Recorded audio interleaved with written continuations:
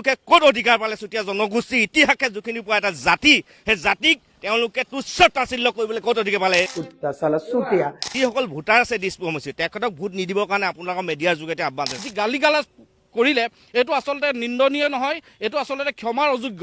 6 জনগোষ্ঠী জনজাতিকৰণ নিদিয়া বিষয়টো খুব কয়, তাত যে চুতীয়া জনগোষ্ঠী আছে তেখেতে জানে নহয়। 2024 বিধানসভা নিৰ্বাচনৰ ভোটদান কাৰ্যসূচীলৈ কেইটামান ঘণ্টা থকাৰ সময়ত এইবাৰ কংগ্ৰেছ নেত্ৰী দিছপুৰৰ কংগ্ৰেছৰ মনোনীত প্ৰাৰ্থী মীৰা বৰঠাকুৰলৈ আহিছে এটা অত্যন্ত বেয়া খবৰ।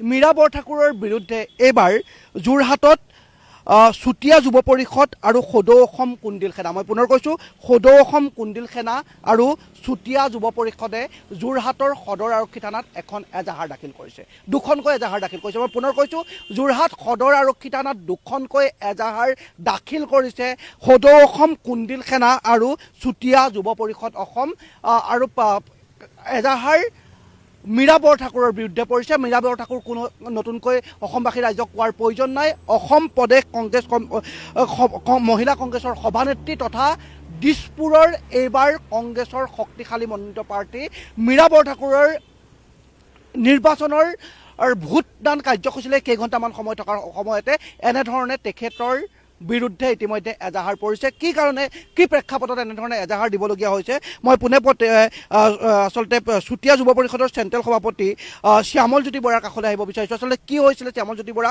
কি কাৰণে আপোনালোকে নিৰ্বাচনলৈ মাজত মাত্ৰ কেইটামান ঘণ্টা থকাৰ সময়ত কংগ্ৰেছ নেত্ৰী মীৰা বৰঠাকুৰৰ বিৰুদ্ধে দুখনকৈ এজাহাৰ যোৰহাট সদৰ আৰক্ষী থানাত দাখিল কৰিছে? আচলতে অত্যন্ত দুৰ্ভাগ্যজনক কথা। আজি আপোনালোকৰ মাধ্যমৰ যোগেদি আমি আচলতে জনাব বিচাৰিছোঁ সদৌ অসমবাসী ৰাইজক যে যিটো সময়ত অসমৰ মাননীয় মুখ্যমন্ত্ৰী ডক্টৰ হিমন্ত বিশ্ব শৰ্মা ডাঙৰীয়াই অসমৰ সকলো জাতি জনগোষ্ঠীক, সৰু বৰ সকলো জাতি উপজাতিক মৰমৰ চকুৰে চাইছে, যিটো সময়ত তেখেতে মৰ্যাদা সহকাৰে স্থান দিছে, যিটো সময়ত থলুৱা লোকৰ সুৰক্ষিত অসমৰ কথা, সুৰক্ষিত ভৱিষ্যতৰ কথা চিন্তা কৰিছে, সেই একে সময়তে ভাৰতীয় জাতীয় কংগ্ৰেছ দলৰ মনোনীত প্ৰাৰ্থী, দিছপুৰ সমষ্টিৰ মনোনীত প্ৰাৰ্থী, আৰু দিছপুৰ সমষ্টিটো হৈছে অসমৰ এটা অন্যতম গুৰুত্বপূৰ্ণ সমষ্টি।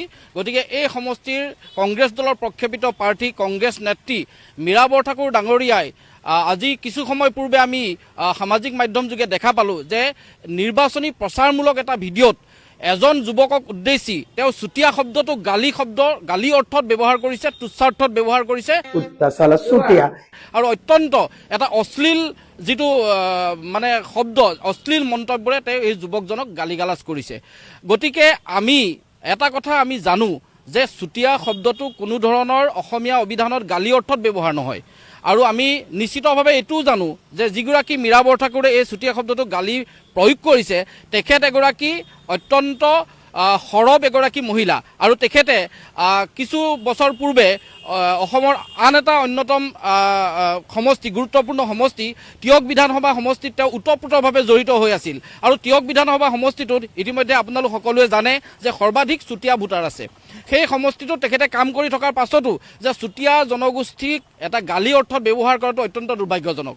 আজি আমি চুতীয়া জনগোষ্ঠীৰ এজন দায়বদ্ধশীল জাতীয় সংগঠনৰ মুৰব্বী হিচাপে, চুতীয়া যুৱ পৰিষদ অসমৰ সভাপতি হিচাপে এই কথাটোত অত্যন্ত লজ্জিত হৈছোঁ, অপমানিত হৈছোঁ, আৰু তেখেতক আমি তীব্ৰ ভাষাৰে গৰিহণা দিছোঁ। গতিকে আৰু তেখেতৰ ওপৰত আচলতে আমি আইনী ব্যৱস্থা ল'বৰ বাবে আমি কিছু সময় পূৰ্বে যোৰহাট সদৰ আৰক্ষী থানাত আমি এজাহাৰ দাখিল কৰিছোঁ, আৰু অসমৰ মাননীয় মুখ্যমন্ত্ৰী ডক্টৰ হিমন্ত বিশ্ব শৰ্মা ডাঙৰীয়াক, লগতে যোৰহাটৰ আৰক্ষী অধীক্ষক, যোৰহাটৰ আয়ুক্ত মহোদয় সকলোকে আমি অনুৰোধ জনাইছোঁ যে এই যিগৰাকী নেত্ৰী তেখেতে যিহেতু অসমীয়া জাতি জনগোষ্ঠীৰ বিষয়ে তেখেতৰ সম্যক জ্ঞান নাই, চুতীয়া জনগোষ্ঠীটো অসমৰ এটা অন্যতম ভূমিপুত্ৰ, অন্যতম এটা প্ৰাচীন জনগোষ্ঠী যাৰ এটা গৌৰৱোজ্জ্বল ইতিহাস আছে, গৌৰৱোজ্জ্বল ইতিহাসেৰে সমৃদ্ধ এটা জাতিক তেখেতে যি তুচ্ছাৰ্থত ব্যৱহাৰ কৰিলে, যি গালি গালাজ কৰিলে, এইটো আচলতে নিন্দনীয় নহয়, এইটো আচলতে ক্ষমাৰ অযোগ্য।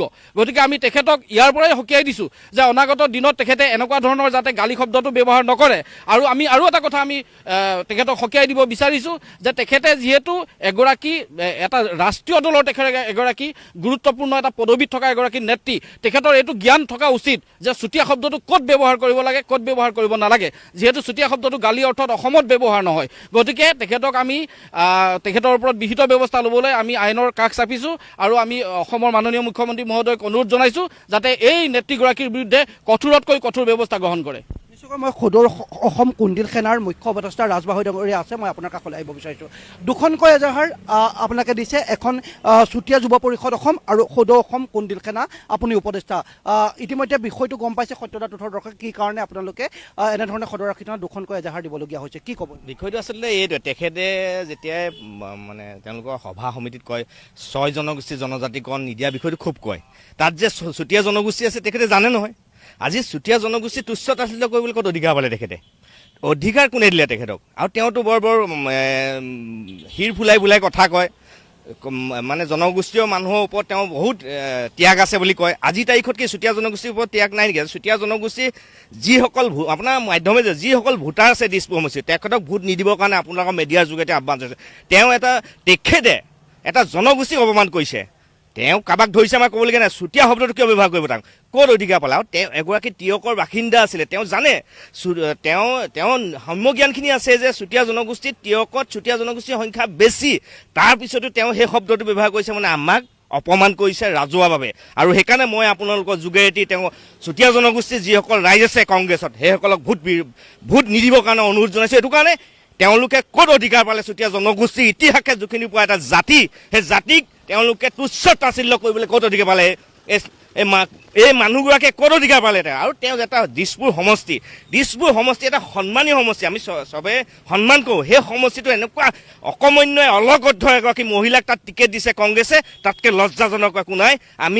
মই আপোনালোকৰ যোগেদি অনুৰোধ কৰিছোঁ, চুতীয়া জনগোষ্ঠীৰ যিমান মানুহ আছে তেখেতক ভোটৰ পৰা বৰ্জন কৰিব লাগে, এইটোৱে আমি অনুৰোধ জনাইছোঁ। দুয়োগৰাকীক ধন্যবাদ জ্ঞাপন কৰিছোঁ। আচলতে নিৰ্বাচনলৈ ভোট দান কাৰ্যসূচীৰ মাজত মাত্ৰ কেইঘণ্টামান সময় থকাৰ সময়তে এনেধৰণে মীৰা বৰঠাকুৰৰ বিৰুদ্ধে সৰব হৈছে যোৰহাটৰ দুটাকৈ সন্মানীয় জাতীয় সংগঠনৰ নেতা, এটা সদৌ অসম কুণ্ডিল সেনা, আনফালে চুতীয়া যুৱ পৰিষদ অসমে এনেধৰণে সদৰাৰক্ষী থানাত দুখনকৈ এজাহাৰ তেওঁলোকে দাখিল কৰিছে। মীৰা বৰঠাকুৰে বহিৰাজ্যৰ পৰা অহা এগৰাকী ভোটাৰে তেওঁৰ কাষলৈ যোৱাৰ তেখেতক আচলতে খঙৰ বশৱৰ্তী হৈ গালি পাৰোঁতে চুতীয়া শব্দটো ব্যৱহাৰ কৰিছিলে বুলি তেওঁলোকে কৈছে। আৰু সেই চুতীয়া শব্দটো গালি হিচাপে ব্যৱহাৰ কৰাৰ বাবে তেওঁলোকে চুতীয়া জনগোষ্ঠীৰ প্ৰতিনিধিত্ব কৰা এখন নেতাই তেওঁলোকে মনত কষ্ট পাই এনেধৰণে সদৰাৰক্ষী থানাত এজাহাৰ দাখিল কৰা দেখিবলৈ পোৱা গৈছে। এই বিষয়টোৱে এতিয়া সন্মুখত নিৰ্বাচনৰ ভোটদান কাৰ্যসূচীত কি প্ৰভাৱ পৰিব সেয়া নিশ্চিতভাৱে পৰৱৰ্তী সময়ত লক্ষণীয় হ'ব। देखिए, हम लोगों का कार्यक्रम होता है, हम लोग विभिन्न चुनाव में जाकर के अपना विभिन्न क्षेत्रों में अपना सारा चीज देखते हैं, वहाँ की लोक संस्कृति का दर्शन करते हैं, वहाँ लोग के संस्कृति को समझते हैं। और आज हमारे साथ बड़ा ही बुरा कहा जाता है कि मुझे हत्या करने का प्रयास किया गया इस क्षेत्र में। हत्या इस माध्यम से हुआ कि यहाँ के कुछ दल विशेष के लोग जो एजेपी से संबंधित हैं, उन्होंने आकर के बिना बूझे, बिना जाने, बिना समझे मेरे साथ हाथापाई की और कम से कम 20 लोगों ने मेरे ऊपर कातिलाना हमला किया, मुझे लात घूसों से मारने का प्रयास किया, मेरे गर्दन दबाए गए। आप देख सकते हैं किस प्रकार से मेरे सट फाड़ के रख दिए गए, मेरे चारों तरफ बदन में मेरे साथ हाथापाई की गई, लात घूसे से मुझे ये किया गया, मुझे हत्या करने का प्रयास किया गया। आप इस ऑफिस में क्या काम कर रहे थे?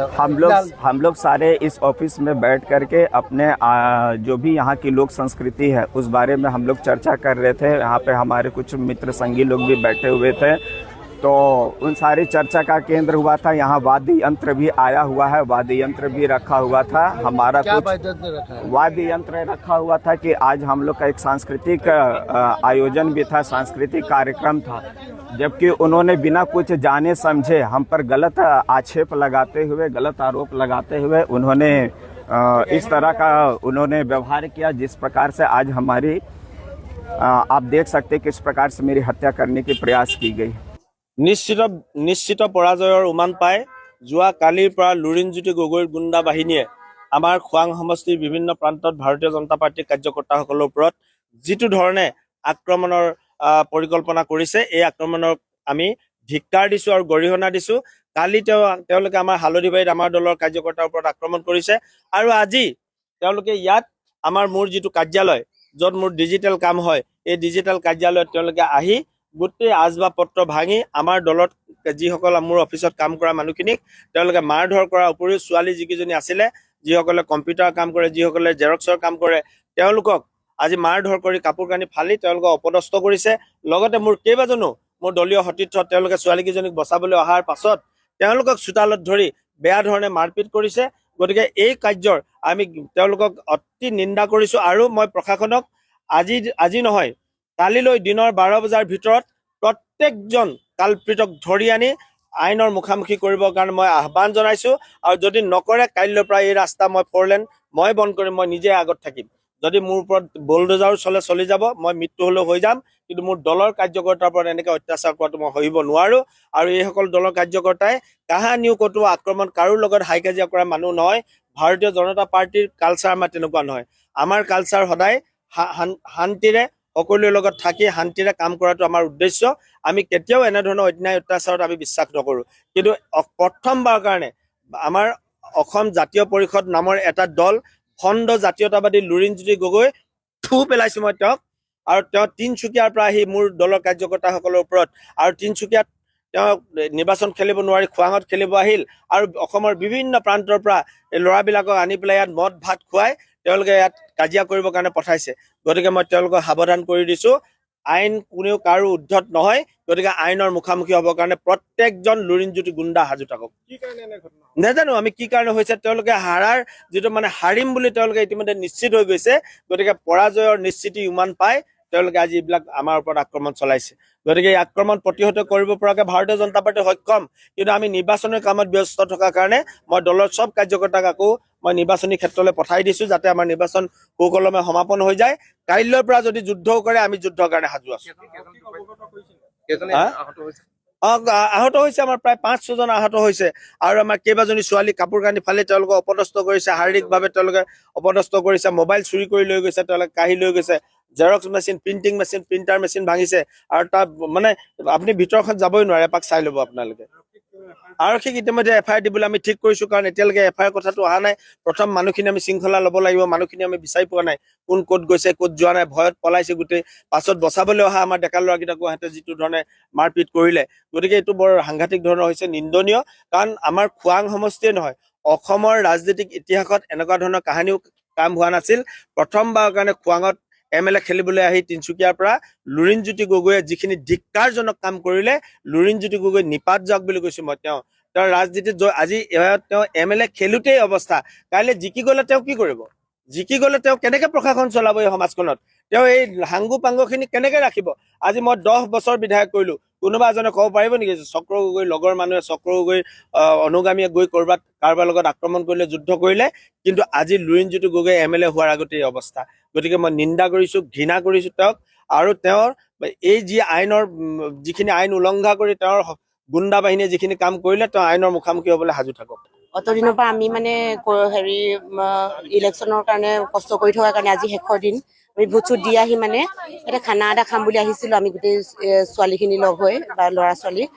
তেনেস্থলতে এনেকুৱা হ'ল, আমাক যিটো গাইড দিছিলে সেইজনক আহি মাৰিলে।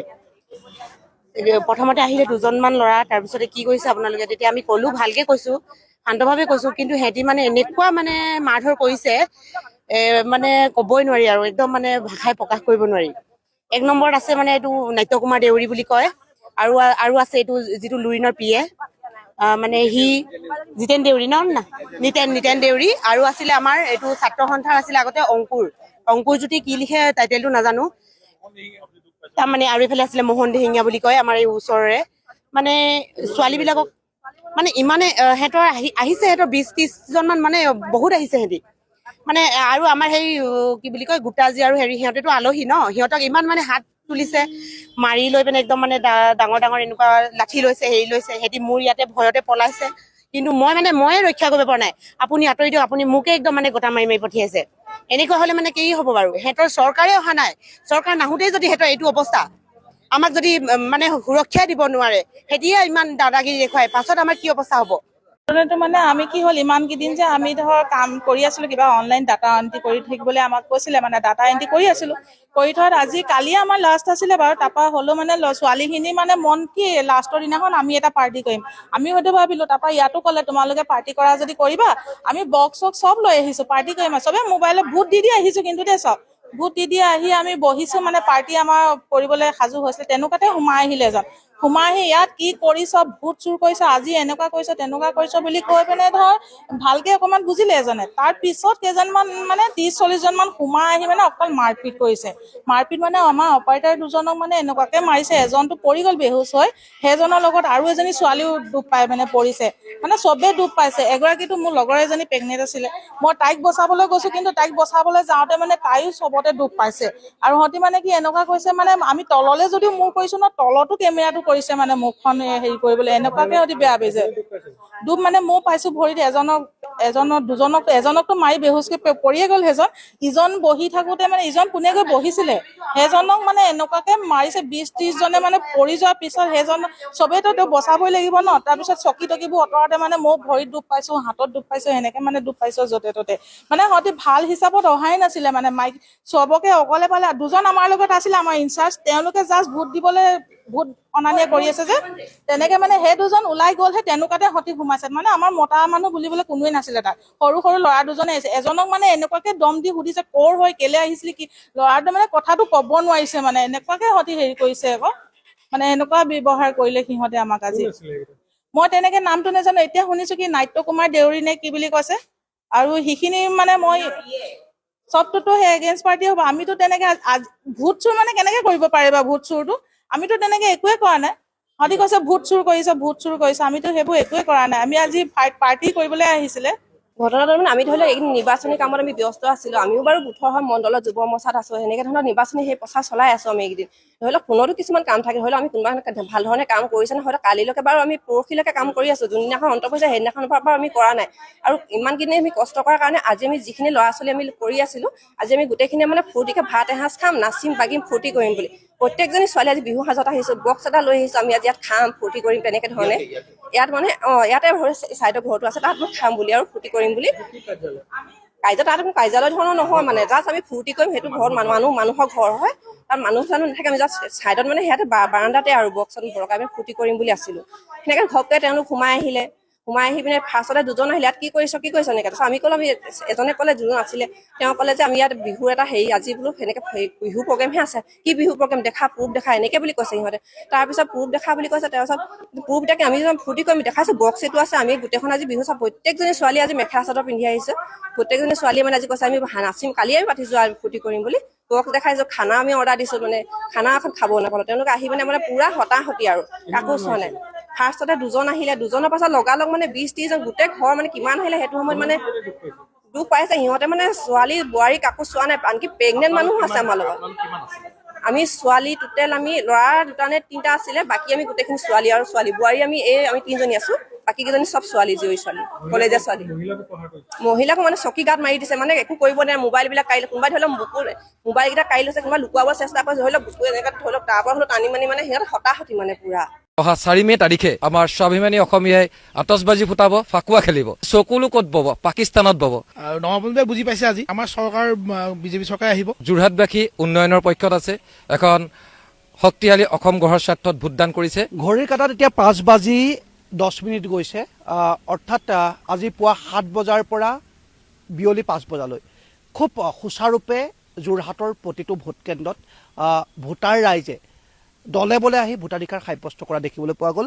যোৰহাট জিলা প্ৰশাসনক এই মুহূৰ্তত ধন্যবাদ জ্ঞাপন কৰিছোঁ, কাৰণ নিৰ্বাচনী প্ৰচাৰৰ পৰা এই ভোটৰ অন্তিমটো দিন, ভোট সাব্যস্ত কৰা ভোটদান দিনটোলৈকে যোৰহাট প্ৰশাসনে কিন্তু যোৰহাটৰ প্ৰতিটো সমষ্টিত, টিয়ক, তিতাবৰ, মৰিয়নি, যোৰহাট প্ৰতিটো সমষ্টিতে খুব সুচাৰুৰূপে ভোটদান সাব্যস্ত কৰাত সহায় কৰিলে আৰু ভোটাৰ ৰাইজেও খুব শৃংখলাবদ্ধতা, নিয়মানুবৰ্তিতাই ভোটদান সাব্যস্ত কৰা দেখিবলৈ পোৱা গ'ল। আৰু কিছু মুহূৰ্তৰ পিছতে আমি সত্যদা তুঠৰ প্ৰতিগৰাকী দৰ্শকক জনাম আচলতে যোৰহাট, টিয়ক, তিতাবৰ, মৰিয়নি প্ৰতিটো সমষ্টিত আচলতে কিমান শতাংশ ভোটদান ভোটদাতা ৰাইজে ভোটদান সাব্যস্ত কৰিলে, সেই কথাও কিছু মুহূৰ্তৰ পিছতে আমাৰ যোৰহাট জিলা প্ৰশাসনৰ পৰা সঠিকভাৱে তথ্য আগবঢ়াব, সেইখিনি আমি দেখুৱাম। কিন্তু তাৰ প্ৰাক মুহূৰ্তত আমি কিছু যুৱ প্ৰজন্মৰ প্ৰতিনিধিক আমি দেখুৱাৰ বাবে চেষ্টা কৰিছোঁ, কাৰণ আমি আগতে কৈছোঁ যে যুৱ শক্তি এক বিশাল শক্তি, যুৱ শক্তি এক গঠনমূলক শক্তি, যুৱ শক্তিয়ে কৰোঁ বুলি ক'লে যিকোনো গঠনমূলক কাম কৰিব পাৰে।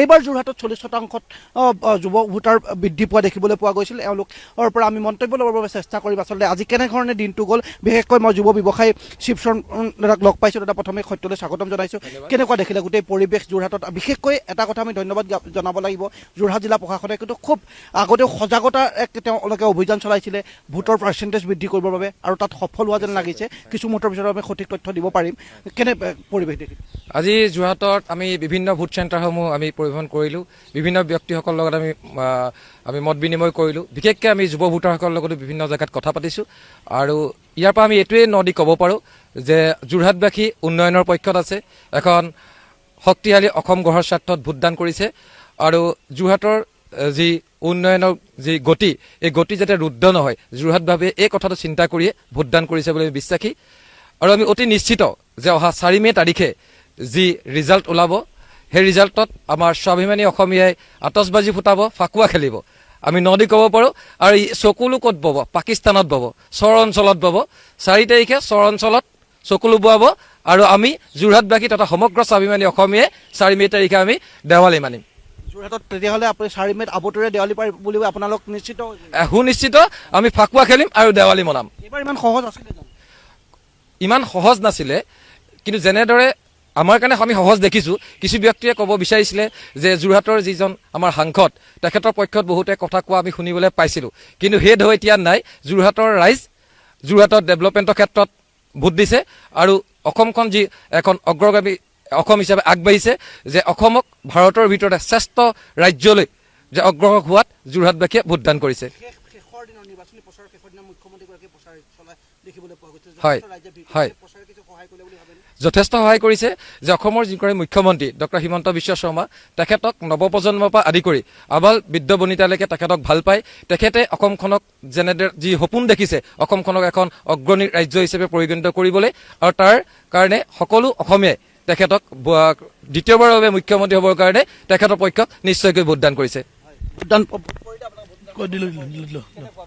যথেষ্ট সঁহাৰি ৰাইজৰ আৰু ভালেই দেখিছোঁ আৰু মানে আমাৰ চৰকাৰ বিজেপি চৰকাৰে আহিব তাত নিশ্চিত আমি বিশ্বাস আৰু আমি নৱপ্ৰজন্ম আগবাঢ়ি যাম আৰু নৱপ্ৰজন্মই বুজি পাইছে আজি আৰু চৰকাৰখনে যিখিনি আগৰ চৰকাৰখনে এতিয়া আগৰ চৰকাৰে যিখিনি কৰিলে যোৰহাটৰ নৱপ্ৰজন্ম যথেষ্ট মানে বুজি পাইছে আৰু তেওঁলোকে ভোটদান ক'ব কেনেকুৱা হয় পৰিৱেশ যথেষ্ট ভাল যোৰহাটৰ যি নৱপ্ৰজন্ম আছে নৱপ্ৰজন্মই যোৱা 5 বছৰ যিখিনি কাম হৈ গৈছে যোৰহাটত সেই কামখিনি ছাপৰ্টত আছে যিহেতু সাংসদ ডাঙৰীয়াই যোৱা 2 বছৰত তেনেকুৱা কোনো ধৰণৰ উন্নয়নমূলক কাম নকৰিলে সেই গতিকে আমাৰ আজি নৱপ্ৰজন্মই আমি আশা কৰিছোঁ যে এখন সুস্থ সবল চৰকাৰ পক্ষত ভোটদান কৰিছে ভোট দিলে ভোট দিয়া হ'ল হয় বহুত নিকাভাৱে হৈছে মানে ভোটটা ভাল হৈ গৈছে আমাৰ আমি হয় হয় ধন্যবাদ জ্ঞাপন কৰিছোঁ এনেধৰণে আচলতে আৰু কিছু মুহূৰ্তৰ পিছতে সত্যতা তুঠৰ দৰ্শকসকলক আচলতে